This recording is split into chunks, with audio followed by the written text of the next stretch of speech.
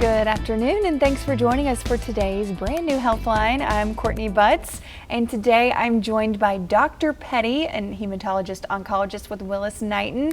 Thanks for being here, Doctor. Thank you, Courtney. Absolutely. So, hematologist-oncologist. So, oncologist, obviously, we know that cancer doctor, but hematologist. Tell me a little bit about what you do with both titles. Both are separate at the same time. Both are also comes to being a similar fields. Yeah. Hematology is more of a study of blood. We diagnose blood disorders, we treat them. For example, having low blood counts like anemia falls under the umbrella of hematology. Having low white count, all the conditions, any condition which can be cancerous, which is potentially a dangerous condition, can immediately fall into oncology. Right. For example, patients with bleeding issues, again, can fall into hematology. Yeah. Okay, gotcha. So you kind of cover both realms, so it's not just cancer. Yeah. Okay, got it. But today we are talking about breast cancer, and it's Breast Cancer Awareness Month all month long, and we've done a lot with Willis Knighton, and I've actually been able to interview a couple of your patients, and so it's been really cool to get to know what you do as an oncologist, but we're going to talk a little bit more about breast cancer and what people should be aware of. So tell me a little bit about just breast cancer in general. Well, breast cancer happens to be one of the commonest cancer that affects females. It is actually very sobering to know that almost 300,000 people get diagnosed with breast cancer moving forward, 2024, and almost 50,000 people die and succumb to the breast cancer. So the incidence overall is slowly growing in terms of patients getting diagnosed with breast cancer, whether it be lifestyle choices that we make, and as we are not necessarily seeing breast cancer incidence coming down, but the breast cancer deaths are getting better though. So yes, it is a very, very common cancer, and people always there is a lot of fear in terms of when and where it starts. Many people will be surprised to know actually it is a disease of more of a 60 and 70-year-olds. You'll see the biggest bump in that age group rather than 30-year-old and 40-year-olds. Unfortunately, we see them too, but it's a disease of mostly 50s, 60s, and 70s. Okay, and but it's kind of alarming too that some younger patients, you might be seeing more young. Have you seen an incident or an increase in younger patients in your office at all? Absolutely. I feel that we definitely are in a catchment area where we see a lot of high-risk patients, and we unfortunately see a lot of patients under 30 here, and my youngest patient has been 19 years. Oh my goodness. We do see a lot of younger patients. It is a steady stream. I would not say that we are getting a high load of them, I think, but a little bit more alarming still that we can have still those patients that young coming with breast cancers. Right, but still mostly the 60 and 70 range. Yeah, I think it plateaus around that 50-60 group. Yeah. Okay, gotcha. Okay, well, if you're just joining us, Healthline 3 is where we like to focus on ways to live a healthier, happier, and pain-free life. And we'll be taking your calls and answering your questions live in the studio today. We'll be opening those phone lines soon, and I'll let you know when we do. As a reminder, make sure you're in a quiet room when you do call with your TV turned all the way down so that we can hear your question. Today's topic, again, is breast cancer awareness, and our number is 318-219-4569. Okay, so breast cancer, a lot of times I feel like, we associate it maybe with a lump or, something that you feel on the breast. Is that often how it starts, with like a tumor or a lump? Yes, so, well, if it starts with a lump, there's a big concern about lumps and cancers being alike. A lump can be anything. Any swelling in the breast can be a lump. All the cancers, even though we want them to present as lumps, there are some times where cancers do not have to be presenting as lumps. In fact, if you look at the patients that come, many patients don't even know that there is a lump. I always tell the patients, if there is any, what we call as a post-menopausal woman who has done with the periods and all that stuff, if there is any mass that she feels, it is always a better idea to get it checked. In a good way, when it comes to younger females who are still premenopausal, in a good way, most of these lumps turn out to be benign. Okay, gotcha.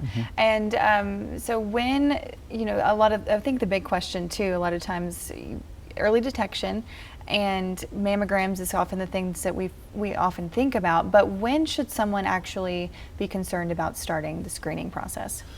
There are twofold things on this. One is if a patient has a family members, like sisters, fathers, mothers, are diagnosed with some genetic conditions which can increase the risk of breast cancer, it is in their best interest to get a surgical oncologist, a geneticist on their board, on their side, to make good decisions for them.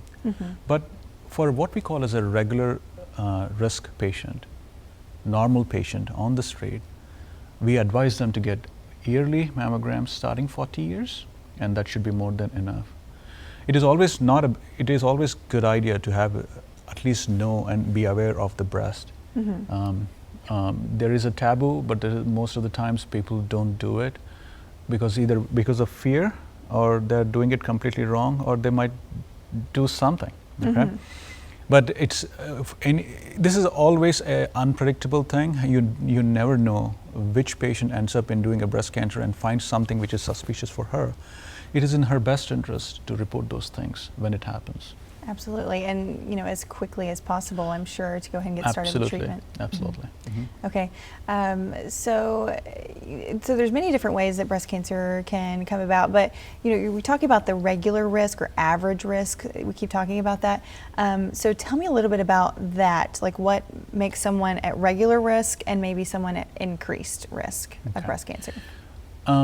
Regular risk is, so for example, when we tell everyone that 1 in 8 women can be diagnosed with breast cancer at any age group. It is not just restricted to under 18 or over 80, it's the range. So 8% chances, 12% chances of getting diagnosed with breast cancer in your lifetime.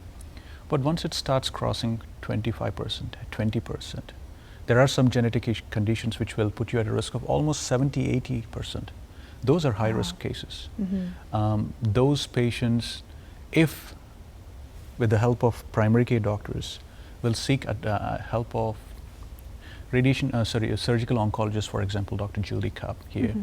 So these are the first guards at the door who can actually squeeze them to the right channels. That right channel can be me, that right channel can be an MRI, that right channel can be more mammograms. It all depends. Yeah, okay, yeah, 12% for just an average risk, I feel like that's pretty alarming, 1 in 8 people. Yeah, wow, okay, and so it just kind of really reiterates that it's important to, early detection is key, for sure. Yeah. Well, if you're just joining us, our phone lines are open. That number is right there on your screen, 318-219-4569. We'd love to hear from you and answer your questions. I have questions of my own that I will be answering, but if you have a specific question that you would like to ask Dr. Peddi, please give us a call. And Robin, thanks for joining us. And what is your question? I have, my sister passed away from metastatic breast cancer. She had a very rare form of it. It was like inflammatory breast cancer. She's a half sister. I'm wondering, she did not have the gene that they test for, and I did not either. So my question is, am I more of a risk or not? I guess is my question. I'll repeat your question to the crowd, ma'am. So the question is, the caller has a sister, half sister, who has been diagnosed with inflammatory breast cancer. She has never been tested for the genetics. The question is, am I at higher risk, or what are the things should be done, for example? Okay. So inflammatory breast cancer is a breast cancer which, again, might not actually present as a lump. It is more of a skin finding which looks like infection on the breast. It feels like infection, it feels like an abscess, but unfortunately turns out to be a very fast growing cancer. These are very dangerous cancers, and there are some, for example, what we call as a HER2 positive breast cancers, triple negative breast cancers can be most of them, which attribute to inflammatory breast cancer. We should understand that more than 80% of the times we don't have any genetic predisposition for women to get diagnosed with cancer, especially breast cancer. It is very, very few, small fraction, under 10% of patients who have genetic predisposition. So if a half-sister has been diagnosed with breast cancer and you do not know where that side of the family is coming from, whether it is a mom's side or a dad's side, I would still go to a primary care doctor who can refer you to a genetic counselor, of which the services we provide at Willis Knighton Cancer Center, and they can take it from there. Okay. Thank you, Robin. Okay, great. Thank you. Thank you. Yes, Okay. thank you so much. Okay. Absolutely. Yes, yes. Very interesting stuff. And you bring up a good point. Something that's very interesting to talk about with breast cancer is hormone. You mentioned triple negative, and so we're talking about like maybe hormones and then the HER2 negative or positive. So talk about that, because I know it can be a little confusing, maybe in just some simple terms so we can understand. Yeah, so breast cancer unfortunately has been, even though we use the word breast cancer, I think it is very, it has different types of cancers in the same name. We call one set of cancers as hormone positive breast cancer, which are essentially, when you give them hormones, these can drive the cancer to grow more. That is hormone dependent cancers. In a good way, they are generally nicer, so to speak. They're not that aggressive. Everyone, please audience, please know that there are a lot of nuances to whatever I say. There are always an exceptions to what I say. I'm just telling you the simplest way. Most simplest way, okay? So, and there is another set of cancers where we call as triple negative cancers. And there is, before going to triple negative cancers, we need to talk about HER2 positive breast cancers.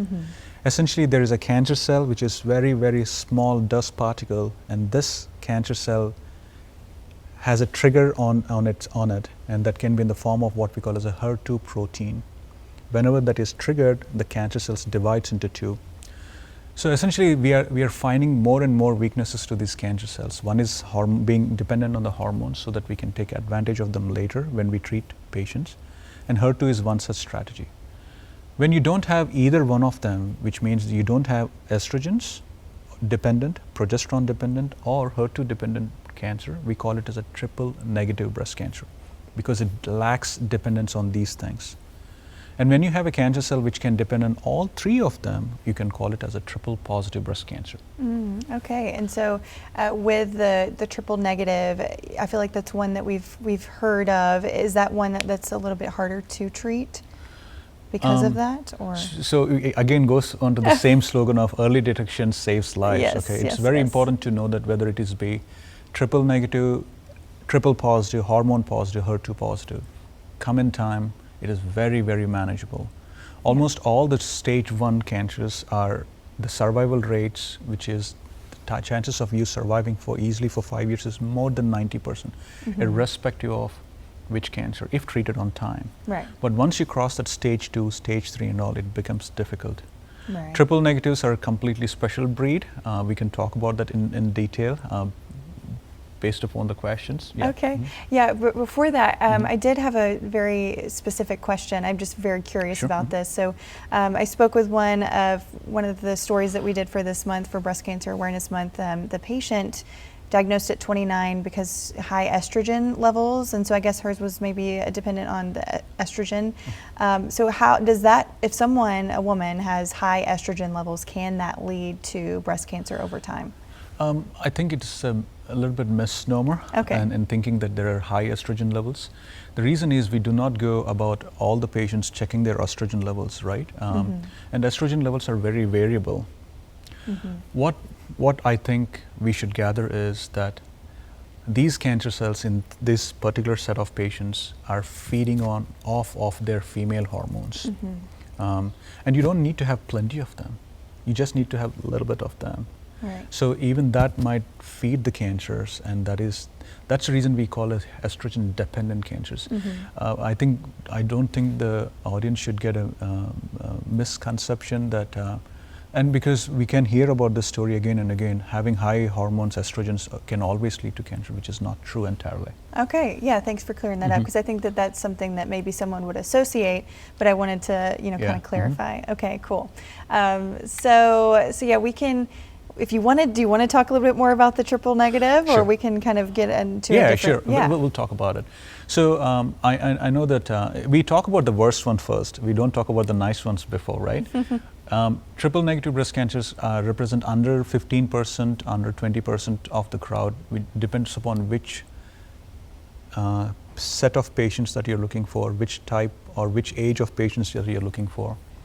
Triple negative breast cancers are generally the ones where physicians, including radiologists, breast surgeons, and my own self, my own staff, we make them as a priority. Which means if I am having a patient, and this applies to all the oncologists, just not me, and I've also been taught very well by my mentors too. Okay, this is where I get it from. If a patient with triple negative breast cancer walks into my clinic with a palpable breast mass, we make everything in the world to move quick so that we can get started on the treatments. Unfortunately, these are the patients who are high risk of cancer spreading to different places of the body, if not caught in time. So we make every effort to get them when the cancer is smaller, and we treat them generally with chemotherapy upfront to make the cancer go away or shrink it before surgeon takes over again. Gotcha. So that approach is different, and that leads to a lot of confusion in other women as to why is my doctor not giving me chemotherapy? Why is my doctor getting me to the surgeon first, or vice versa? Okay, yeah, and that brings up a good point of, we talked earlier about stage 1, if you catch it stage 1 versus like stage 2 or stage 3, there's a lot of different things that could go on. Early detection is key, but what would the treatment options look like compared from stage 1 to maybe stage 3, or where it's spread to other parts of the body? Yeah, so there used to be a time when patients with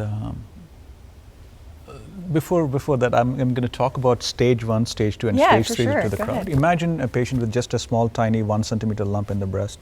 You can call it as stage 1.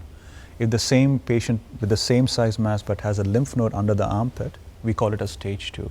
But imagine multiple lymph nodes, big mass, stage 3. And if it spreads around, stage 4. With that knowledge, stage 2 always does not mean it is always worse than stage 1. For example, there are a lot of hormone positive breast cancers that we treat. We don't, just because they're node positive or stage 2, it always doesn't mean that we end up in chemotherapy. Okay. So the science of treatment has come a long way. In fact, it will be good to know that almost 80% of the patients with hormone positive breast cancers, they don't need chemotherapy. Yeah. It is only we select very, very few high-risk patients in that hormone-positive breast cancers to do the chemotherapy. Well, is traditionally stage 3 worse than stage 2, worse than stage 1? That's true, but hormone-positive are a completely different beast.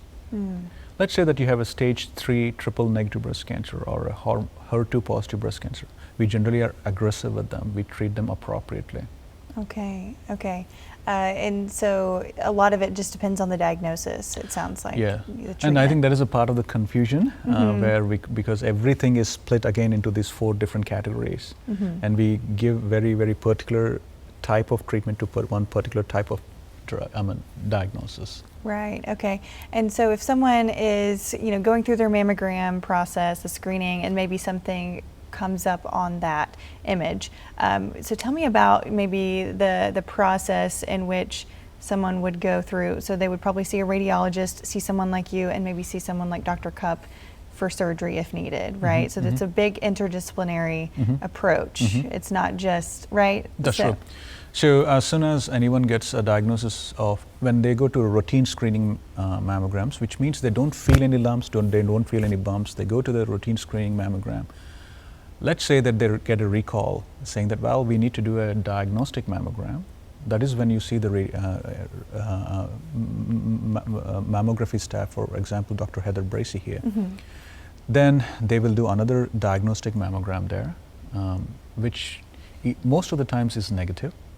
and sometimes it might be positive, which then leads to biopsies. And only once it is positive, that is when they knock the door of the breast surgeon.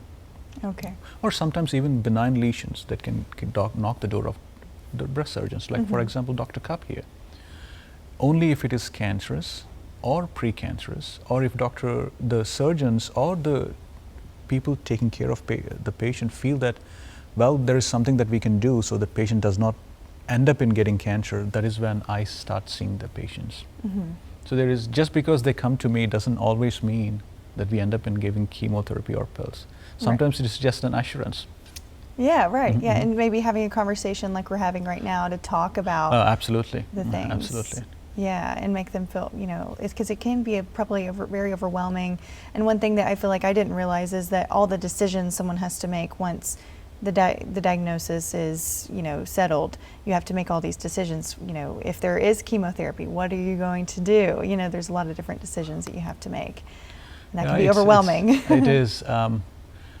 Needless to say, I think it is a very overwhelming situation for many women that sit in front of an oncologist and discuss through all of these things. Yeah, the first day is literally brutal for many patients. Right, yeah. And family too.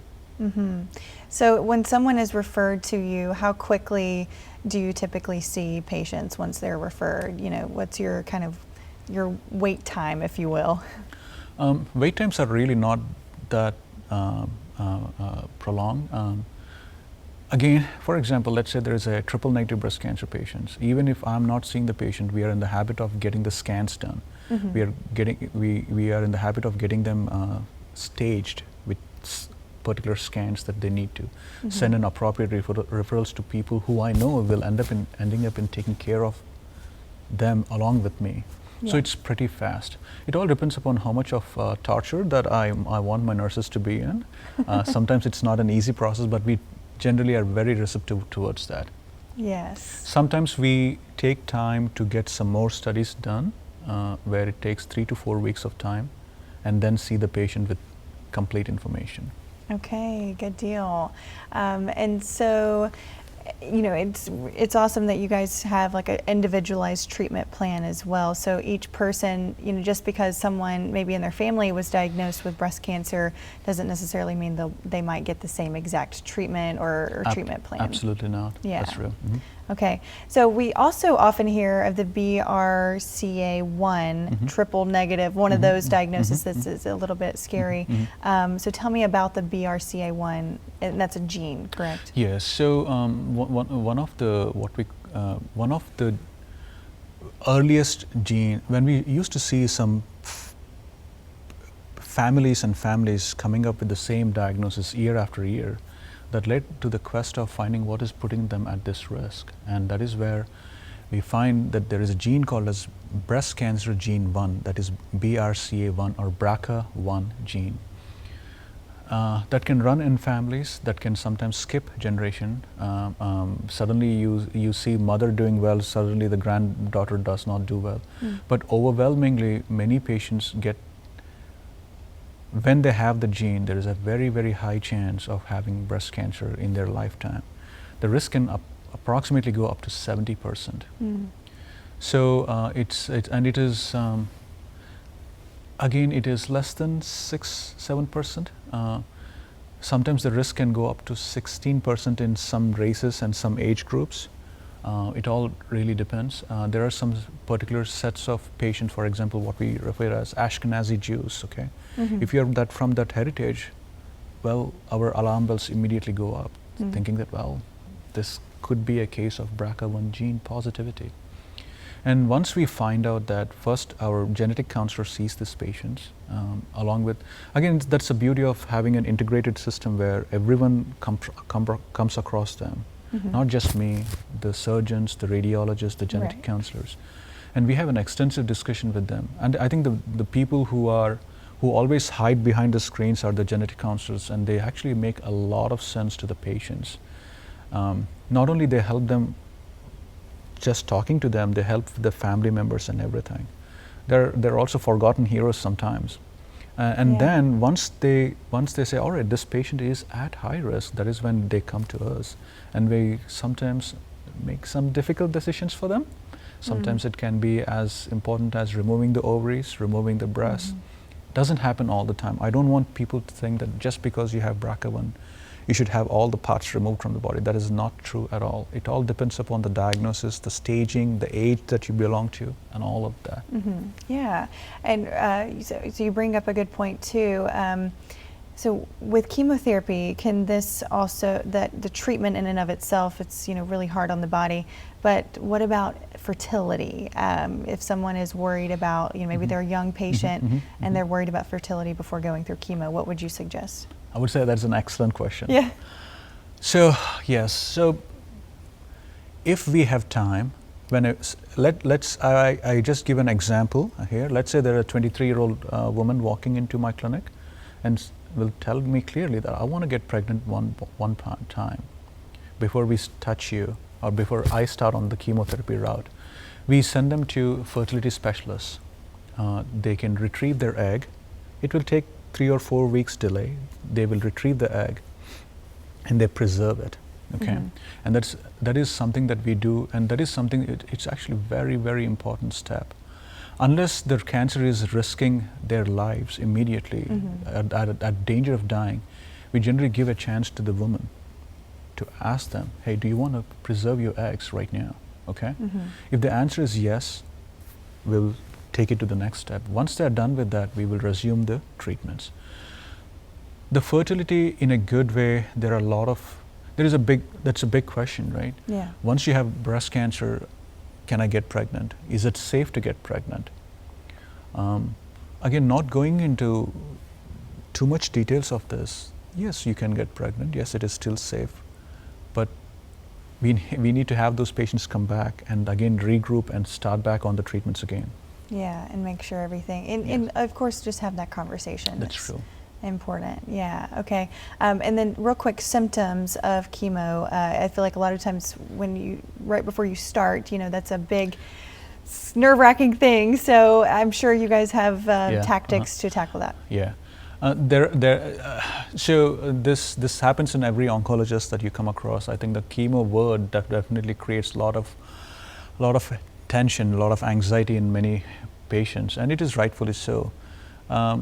We have come a long way in controlling the symptoms of chemotherapy. We are in much better position to actually do a lot good for patients who go through this chemotherapy. I bet you you can find some patients where the symptoms are very, very little to none. That's awesome. We have a lot of patients who go back to work immediately the next day. And they're amazing patients. But yes, sometimes if we want to have a generic discussion about the patients and chemotherapy, I tell the patients losing hair is a part of it for some chemotherapy. Nausea, vomiting, rash, mouth sores, feeling fatigue is one thing which dampens the spirits of a lot of people. I tell all the patients, my own patients every time, if you can escape this chemotherapy with just the fatigue, you're great. Yeah. Yeah. Sometimes nerve damage can happen. Okay. Sometimes the blood counts go down, but all of these are in the current modern day oncology are very, very manageable. That's awesome. Please do not see the movies of 1990s and 1980s and think that this is what it is. It's not true at all. It's come a long way. That's awesome. Okay, good deal. So we have just about 90 seconds. So tell us where we can find you, where you're located, your phone number and website, all that jazz if you have it. Oh, I definitely don't want to tell the phone number about this, but we are at We've Willis got it Knighton right Cancer there. Center. Any primary care doctor or any doctors can refer to us. I think please go to the Willis Knighton Cancer Center website and you'll find all the information up there. Okay, and someone would probably need to have a referral to be sent to True. you, That's right? true. Yeah, at that point it's probably progressed maybe from imaging and so on and so forth. Yeah. But what about any questions? If someone has a question, could they call your office and be answered? Yeah, so in a good way, most of the questions are answered before even they hit our office. Unfortunately, the patients who are calling our offices are diagnosed with breast cancer already. Right. And our staff is more than happy to answer their questions. All right. Yeah. Our staff, my nurse group is excellent in taking care of them. I love that. Well, thanks, Dr. Peddi, for joining us. Welcome. Thank talking you. all about breast cancer. And if you missed this, or if you wanted to watch this will be on our website at ktbs.com/podcast, or you can also go to ktbs.com/healthline. Healthline, the number 3. And we hope that you join us again next time, and hope you have an awesome and wonderful Thursday.